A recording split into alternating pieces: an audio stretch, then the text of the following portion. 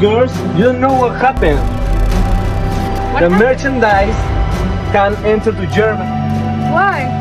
I don't know why, only I look that we don't comply the phytosanitary criteria of the European Union, so that is a big problem because we can have here our merchandise and there we can sell.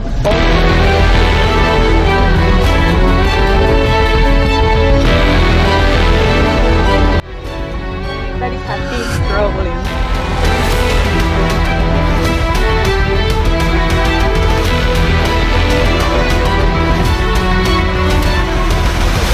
I don't know.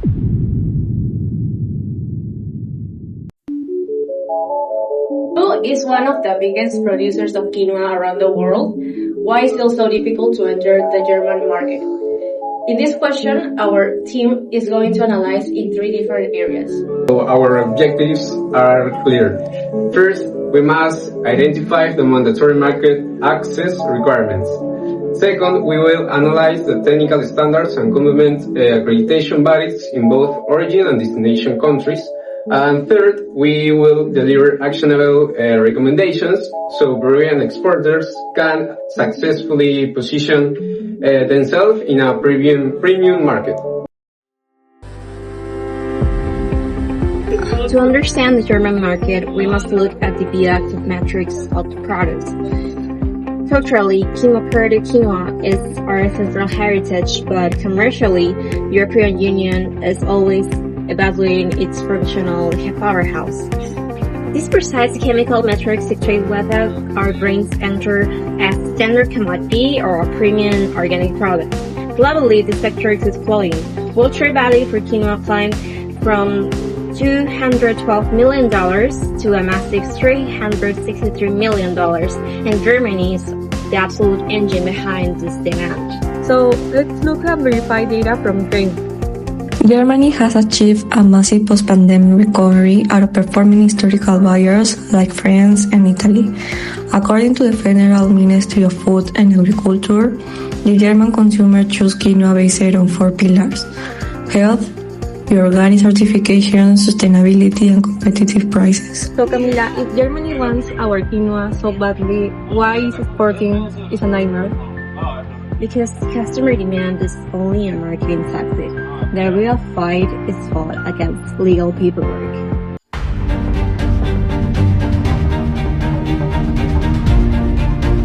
To cross the German border, the grain must survive a legislative gauntlet. First, food safety under regulation. This is the general food law. You must guarantee absolute traceability from the rural plot in Puno to the supermarket shelf in Berlin.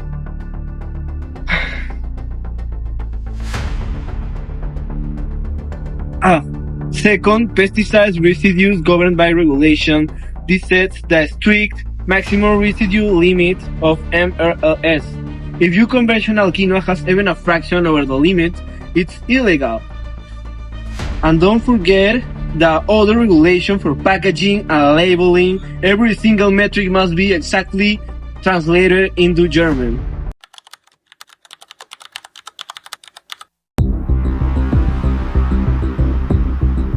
Talk about real business when they go science now. What happens if a corporative in Peru ships a container after spending thousands of dollars, and after that, German law finds a banned chemical? What happens next? What are you gonna do after this problem? When this happens, European authorities will present a rejection. This rejection will present through the rapid alert system for food and safety. When this happens, they can, for example, confiscate the merchandise, they can destroy it, or also they can ship it back to the exporter place. This means a very big expense from the exporter because you have to pay the shipments and also you will lose all the sales.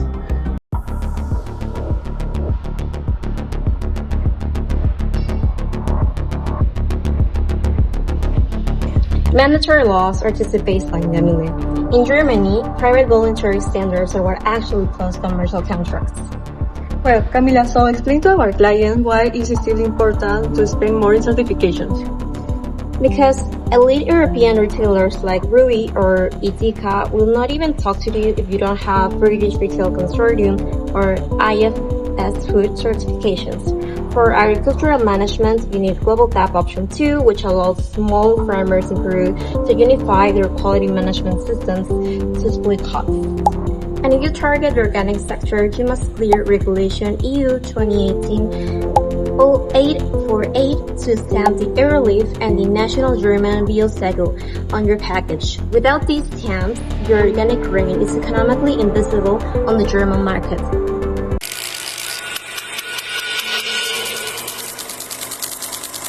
This is where geopolitics meets trade. Market access requires perfect synchronization between origin and destination. In the case of Peru, we have SENASA, which controls the phytosanitary safety, and also the HESA, which certifies processing plants. But who validates that our laboratory is accurate? That's INACAL, accrediting labs under the ISO. We get a who's authority checking pesticide results when our container touch European soil. That's DJ Sante and EFSA setting the limits. In Germany, the PBL is the one that executes international product safety standards. And what about organic validations? Who cross-checks that our bio quinoa is actually organic? That is overseen by the BLE through the digital presence.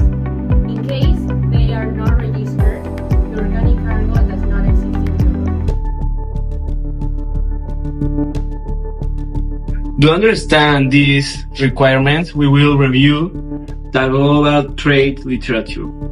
In 2001, economists Henson and Loder established a critical foundation. Sanitary and phytosanitary measures applied by developed nations have officially replaced traditional tariffs as the primary barrier for agri-food exports from developing countries. Furthermore, extensive meta-analysis by Lee and Begin provide that these technical regulations operate exactly like non-tariff tax, inflating international trade costs by an estimated 10% to 30% of the total product value.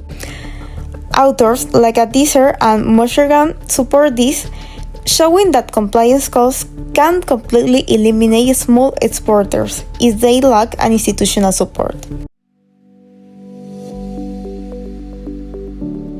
Theory helps us to understand the trade, but what happens in real markets? We spoke with an expert in agri-food international trade to learn about the challenges of Peruvian quinoa exports.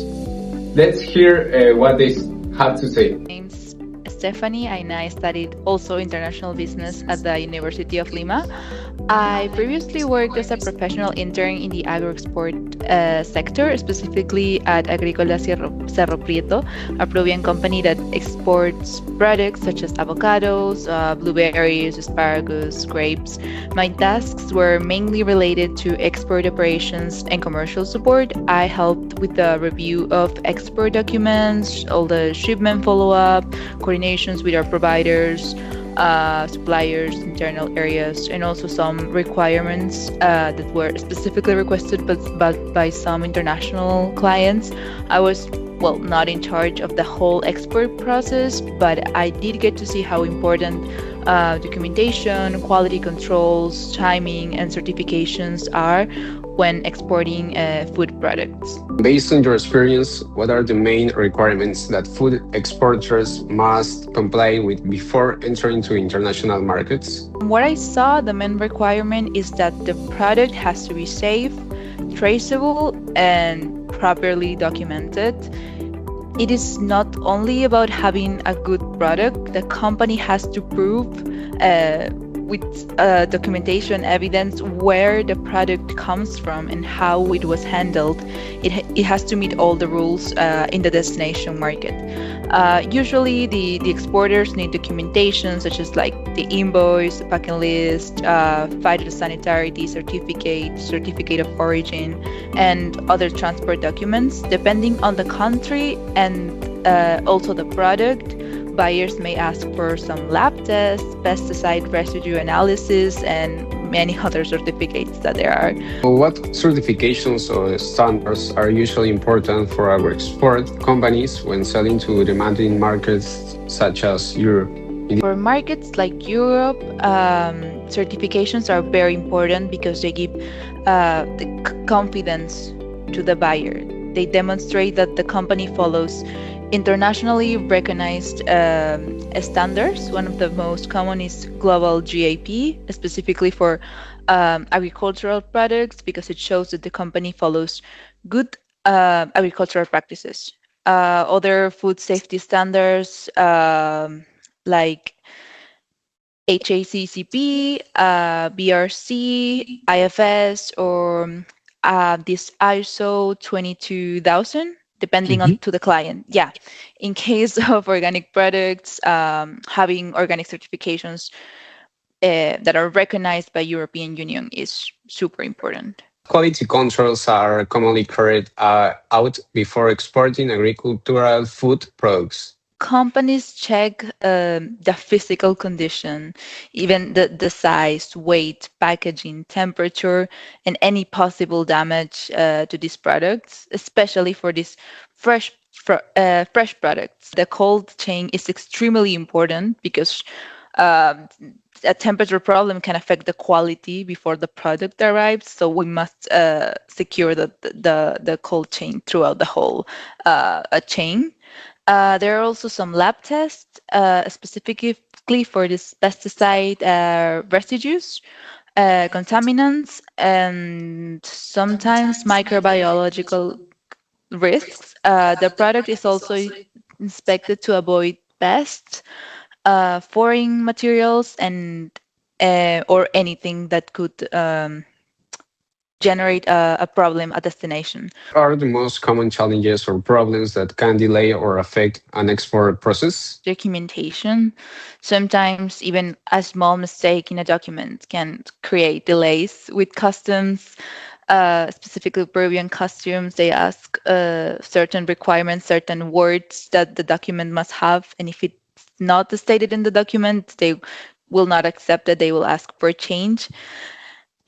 Also, another challenge is meeting the specific quality standards of each buyer. A product, as I mentioned, it might be good, but it does not meet the exact condition, presentation, or certification that's requested by the client.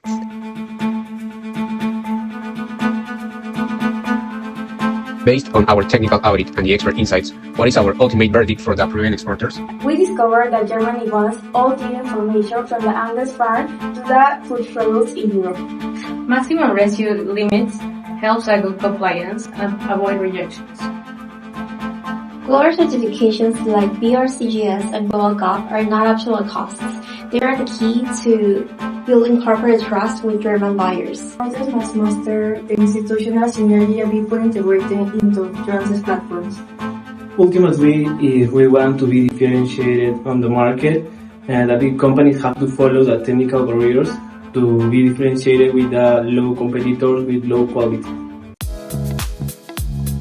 Quality open border.